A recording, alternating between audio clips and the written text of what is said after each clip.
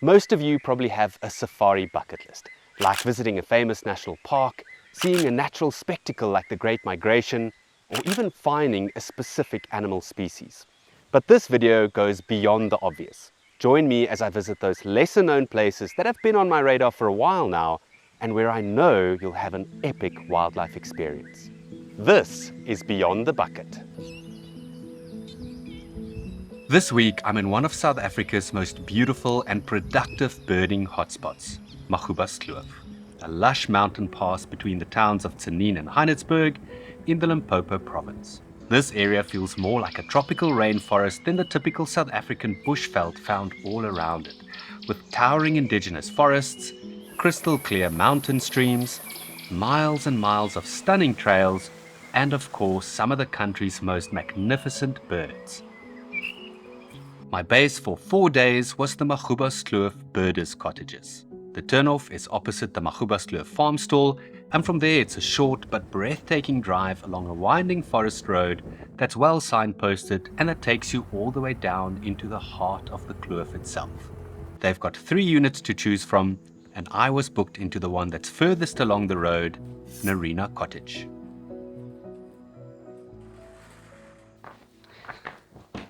It is Wednesday, the 12th of November, and I'm ready for my first afternoon of bird watching here on Dragonwyck Farm, where the Magoebaskloof birding cottages are located.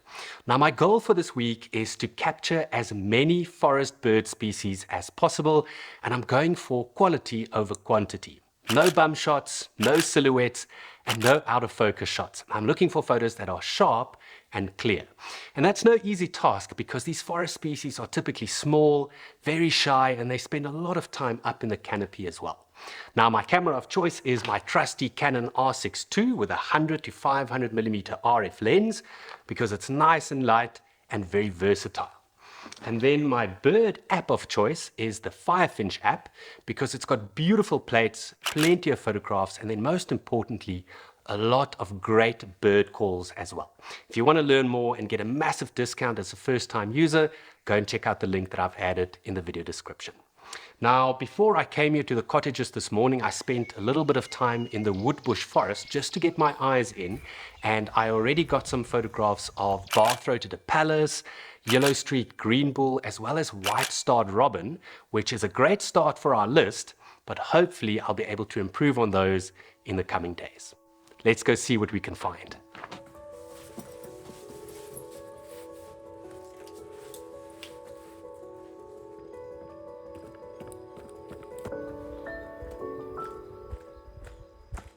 The owner, Mark, sent me a map with all the trails on the farm on it, and there are plenty.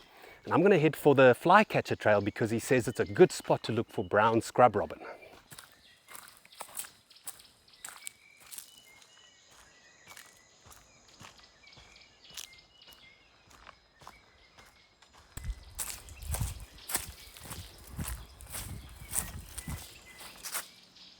Oh, I can hear a Narina trogon up in the forest up there. Apparently there was one at my cottage, Narina Cottage, this morning. The guest who stayed there before me saw it, but that was early this morning, so fingers crossed I'm going to find that in the coming days as well. Just about to hit the flycatcher trail here.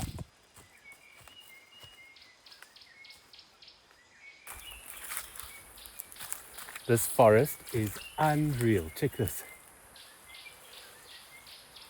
Ha.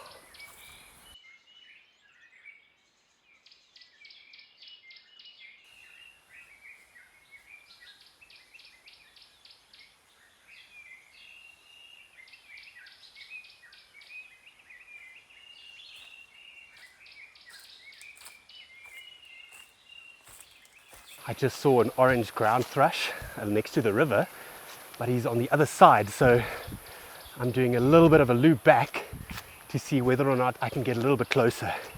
I've got a couple of photos, but very far away.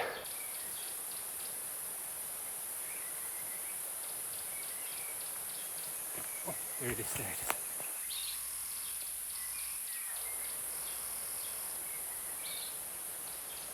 Oh, got it, I got it. Oh, it's not the best shot in the world, but definitely better than the shot I got from across the stream. Oh, come on.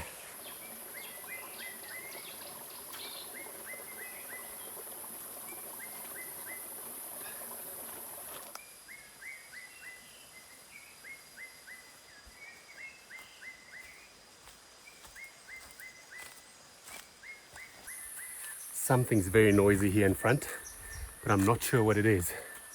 Let's have a look. Oh, there it is, there it is.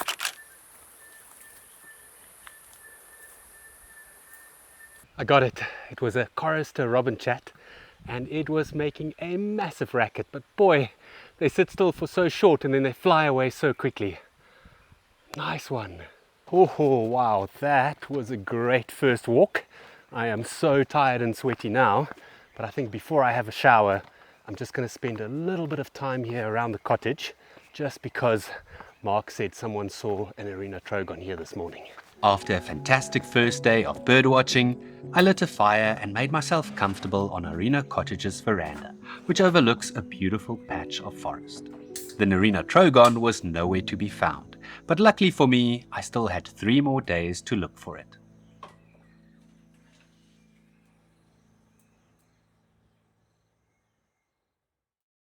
I got up around 5 a.m, put the kettle on to boil some water, and then headed out to the bird feeding station in front of the cottage.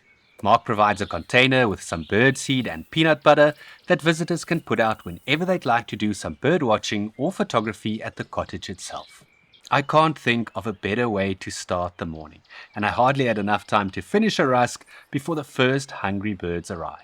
Even though they flew away briefly, I decided to push my luck and crouch down very close to the feeding station, hoping that they'd come back. Luckily, they did.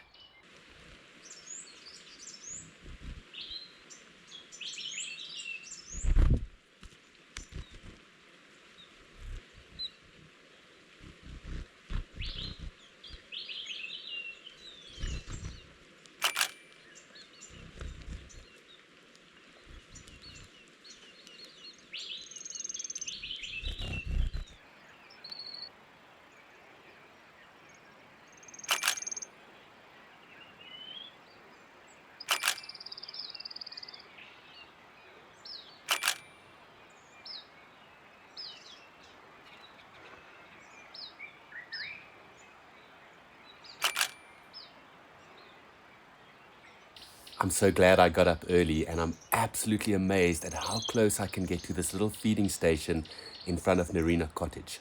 Manakins, whydahs, white eyes, waxbills, firefinches. I'm literally photographing all these birds from 4 meters away.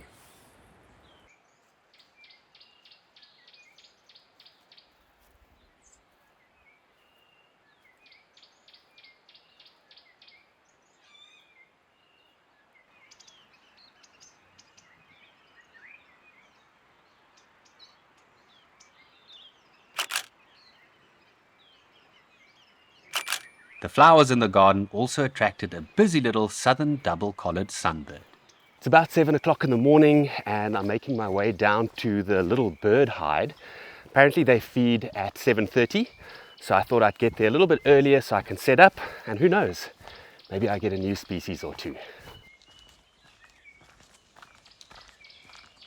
Okay, slight change of plan. I just heard a Narina trogon calling here from the flycatcher trail. Let's see whether I can find it. Okay, it's calling down here. And there it was, sitting high up in the canopy with its back turned towards me, as they often do to hide that striking scarlet belly. And seconds later, it was gone. I would try my best to find another one, but for now I headed down to the bird hide, where Mark puts out food every morning at 7:30.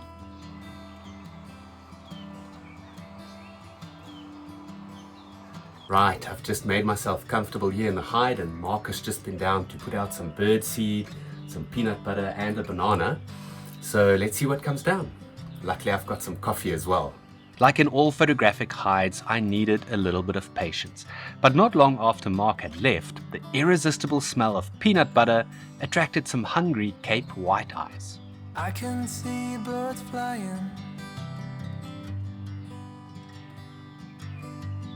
I see children smiling. The seeds in turn attracted bronze manakins, a tambourine dove, plenty of red-eyed doves, and the beautifully colored lemon dove. Back at Narina Cottage, I took a moment to read through the visitor's book, and I was amazed by what people had seen on the farm. Everything from black-fronted bush shrikes and emerald cuckoos to wood owls and even a red-chested flufftail on the lawn in front of the cottage. Speaking of which, I love Narina Cottage. The first room has a fully equipped kitchen along with a small lounge and fireplace. Next door is an open-plan bedroom with a shower and double bed, as well as extra seating and a separate toilet. There's also an outdoor bath and even a hot tub. As you've seen, it also has a small covered veranda with a table for two and portable braai grid. But there's also a leaf-clad rondavel that serves as the perfect place to hang out and even braai on cold, rainy days. Despite knowing that there were still plenty of bird species I hadn't seen on Dragonwyck Farm itself, I decided to explore some other parts of Magoebaskloof in the afternoon. Always keep your eyes peeled for Narina trogons and other specials on the way out, because apparently they have a tendency to show themselves when you least expect it. My first stop was Stanford Lake College on the western edge of Magoebaskloof, where the bird cherry trees sometimes attract Cape parrots. Unfortunately, I had no luck with them, but I did see a magnificently colored African olive pigeon. Next stop was the Magoebaskloof Hotel, the starting point of the Swartbos hiking trail. You start at the top of the kloof and then make your way down into the most spectacular indigenous mist belt forest imaginable.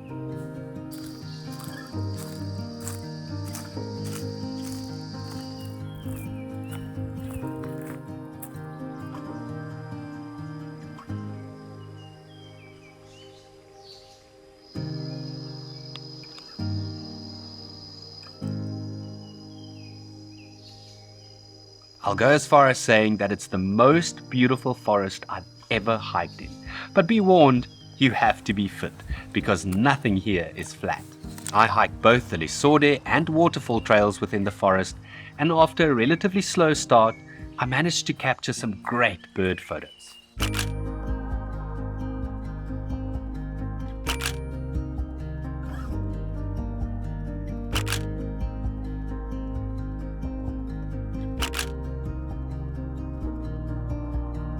When the light finally started fading, I headed back to the Magoebaskloof Birders Cottages.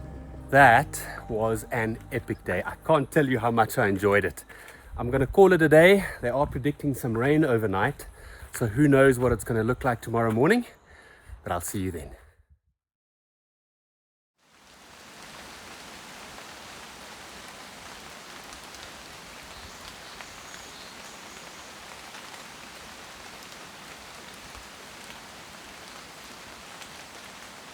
The weatherman finally got the prediction right for a change. It has been raining all morning long, but since it's my last full day, I thought, you know what, I have to get out there and at least give myself a chance to find that Narina trogon.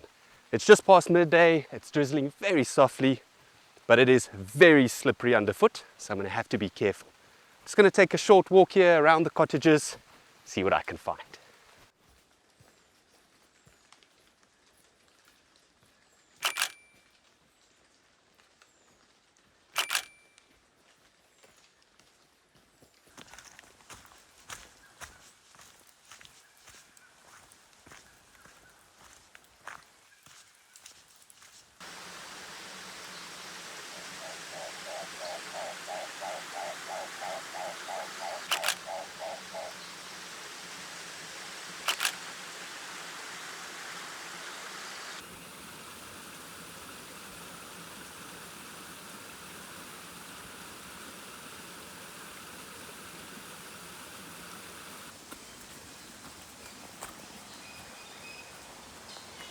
Wow guys, this is so beautiful. It feels like I'm walking in Jurassic Park. Check this.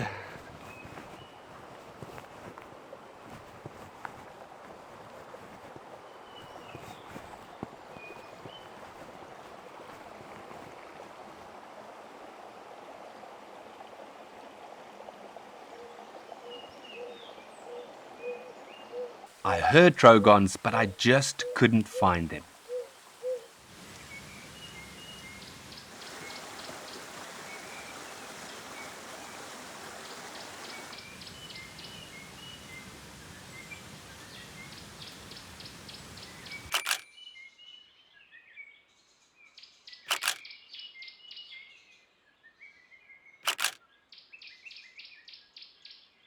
Then I heard another Narina trogon.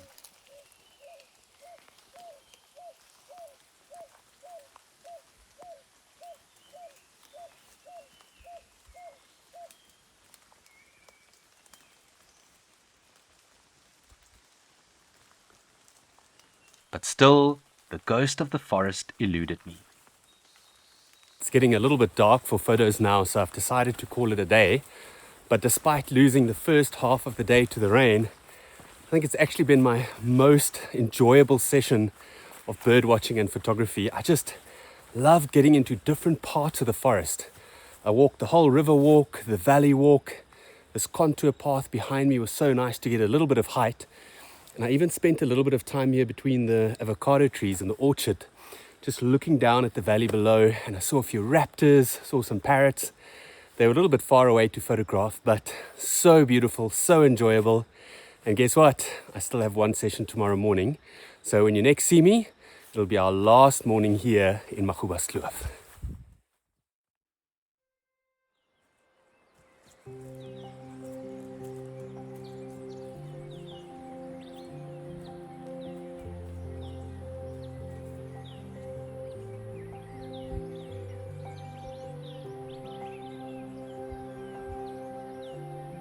I've come back to this amazing vantage point in the orchard where I have this fantastic view of the valley down below. And I only discovered this spot late yesterday afternoon, but I think it might be my favorite one on the whole farm. Because what it allows me to do is to scan the whole forest and the canopy for birds flying over. And this morning I'm really hoping for a crowned eagle.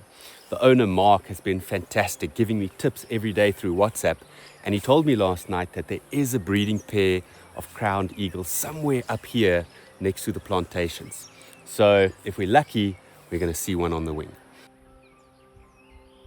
I never saw the resident crowned eagle, but the previous afternoon I got some great photos of a long-crested eagle, first sitting high up in a blue gum tree and then much closer so that you could clearly see its impressive crest. I even got a shot of it flying past me, showing those distinctive white wing patches that's invisible when it's sitting upright in a tree branch. I also got a few great shots of an African harrier hawk flying past, with the misty forest in the background. This morning, however, it had cleared up beautifully, and I found myself being entertained by a troop of hungry Simango monkeys.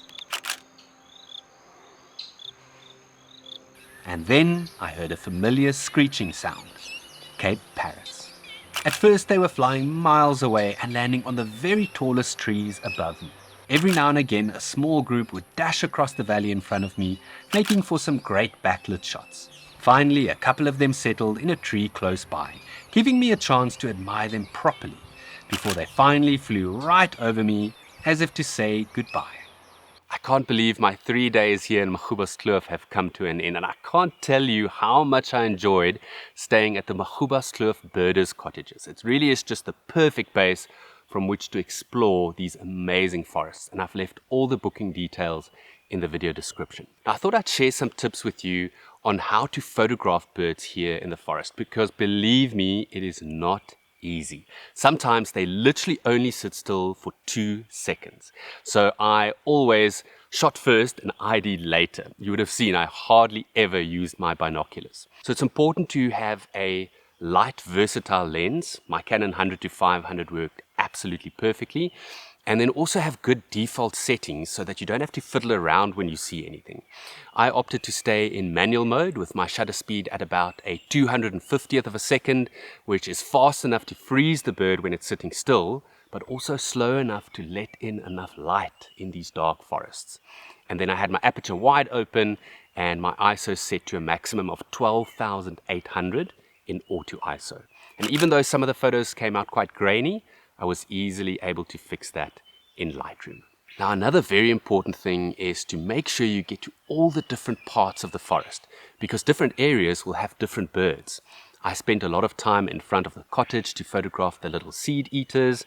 I walked along the rivers and the valleys, but I also got up high to be above the canopy to see things like taracos and raptors that use those higher areas. It's also very important to study up on your forest bird sounds. When I first got here, I heard all these different calls and I had absolutely no idea what I was listening to. So the first night I was here, I quickly went through the bird list and then listened to all the different sounds over and over, and that definitely helped me in these last couple of days. Like I said before, my app of choice is the Firefinch app because they've got amazing sound recordings, and I've left a link to that in the video description as well. Now, the biggest tip that I can give you, if all of this sounds a little bit intimidating and you think to yourself, how am I ever going to find these birds, is to use one of the very highly recommended local guides that use this area and know this area extremely well. The two gentlemen are called David and Paul, and I will leave their details in the description below as well. And they'll basically take you out on a day trip to all the hotspots.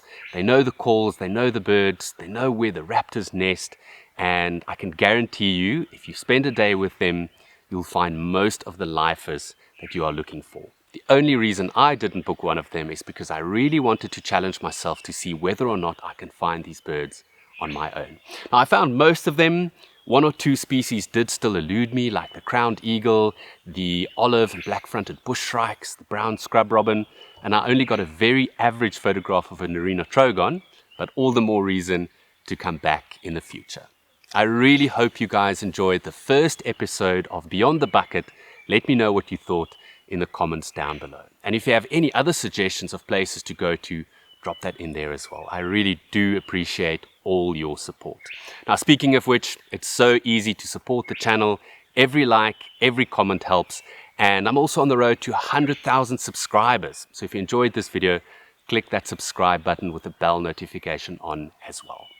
You can also order some African apparel, beautiful t-shirts, caps, and other African-inspired apparel with my discount code. It's almost Christmas time, and I have a 10% discount on everything in the African apparel online store, and they ship worldwide. So go and check out that link that I've also added in the video description. And then last but not least, you can also support me on Patreon if you enjoyed the video. It's basically an online platform that allows viewers like you to support content creators like myself by making a small monthly donation in return for some rewards like early access to my videos, some behind the scenes content, and also mentions in the video for specific donation tiers, with a special shout out to my Pangolin tier patrons like Simon Wakenshaw. I'm going to leave you with some of my best bird photos from this trip. Until next time.